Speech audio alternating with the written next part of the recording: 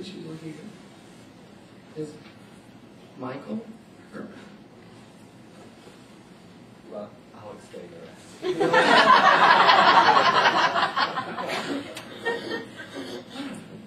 It's oh, that's okay. Sometimes I'm called father and sometimes I'm not. Mostly I'm called daddy these days with my 3-year-old son. A little explanation. It says I'm a retired priest. I was connected to the hierarchical church for 29 years of my life. I'm what they call a lifer. I entered the seminary when I was 14 years old. I did my high school seminary, my college seminary, my major seminary, and I was ordained a priest in '89, and I served as an active priest for 17 years in the Roman Catholic Church. Catholic, gay, is a very tricky thing to talk about, as I was often confronted as a gay man within kind of how could you possibly be Catholic, how could you possibly be a priest, and say anything about being gay. On the other side, within the Catholic Church, as we all know, there are almost no affirming voices, certainly from an institutional perspective. And so it's a very challenging place to be. I'd like to say today that my experience as a Catholic was that the idea of me being gay was always worse than me. There's this impression that people only hear what they say about gay people and don't often have the experience of what it's like to be gay in the Catholic Church.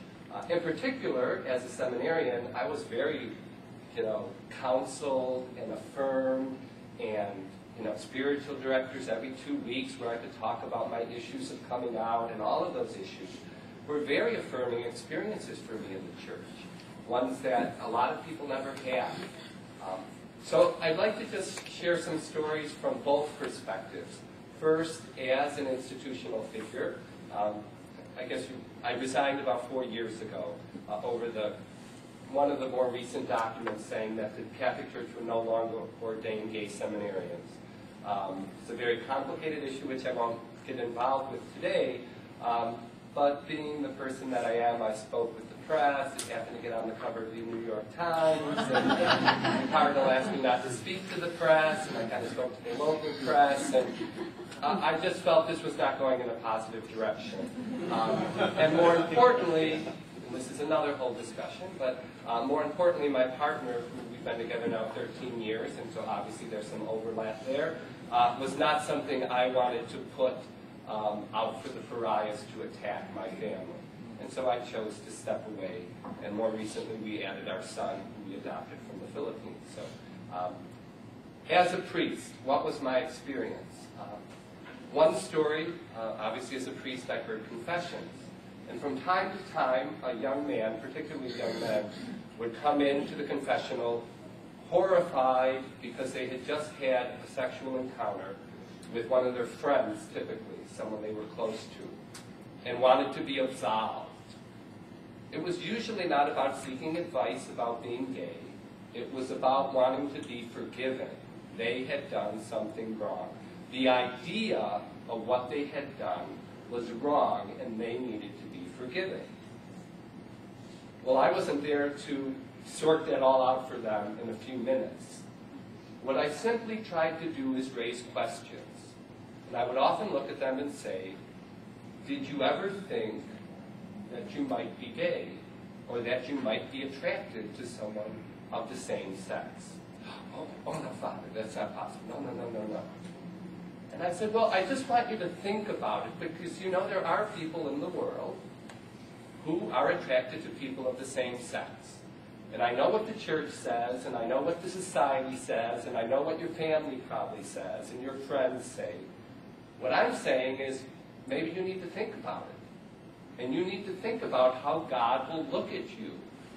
And He doesn't look at you the same way that the church and the society and your family does. And so you need to have a conversation about that. It's not about the idea of who you might be. It's about who you are. I'm now a practicing Catholic. I told the cardinal when I resigned that I was born gay, I was born Catholic, but I wasn't born a priest. and I was remaining gay, and I wanted to remain Catholic, so one of the things had to go, and so priesthood was the one that needed to go. So I still attend every Sunday church in my local parish, and a little story about what it's like.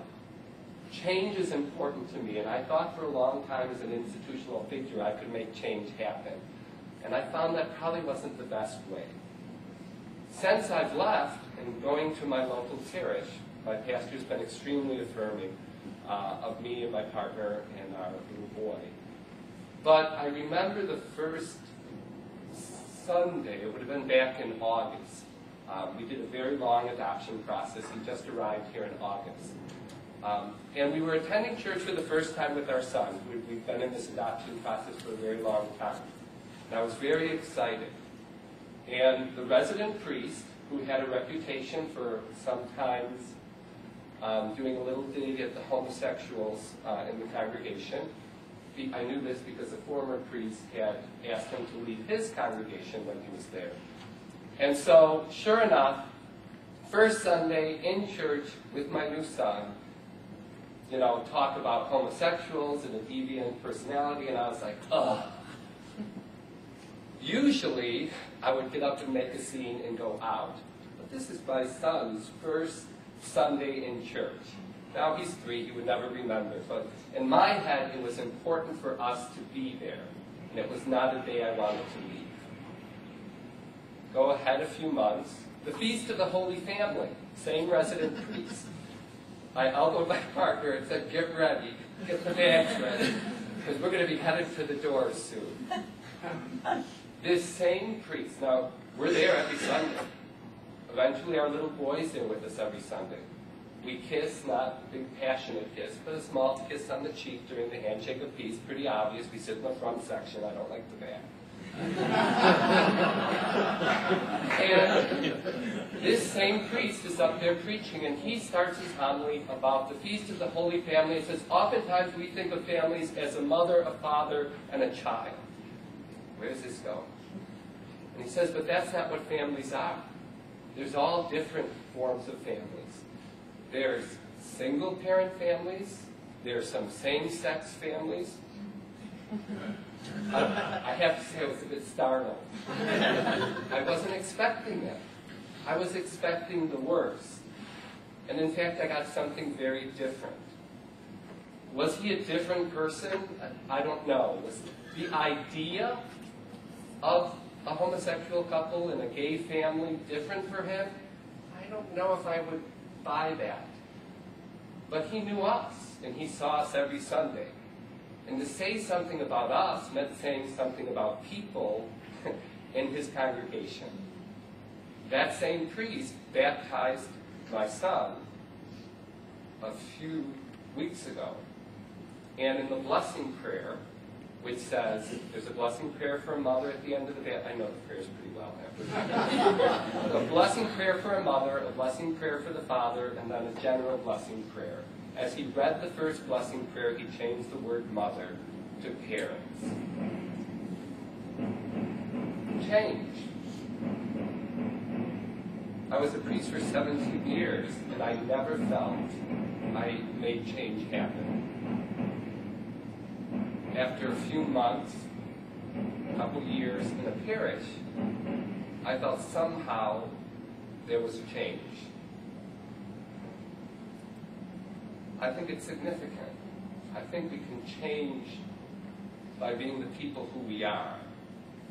The ideas are tough. I don't know if we're ever going to win that battle right now, from my perspective in the Catholic Church. But I can win it by not leaving, by being present, and that is my fight now as a resigned priest in the church and an active member of the Catholic Church, to continue to convince gay people to stay, even though the idea of who we are seems to still be abhorrent to the church.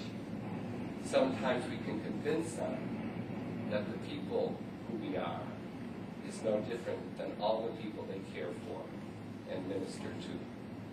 That's my hope for change in my church these days.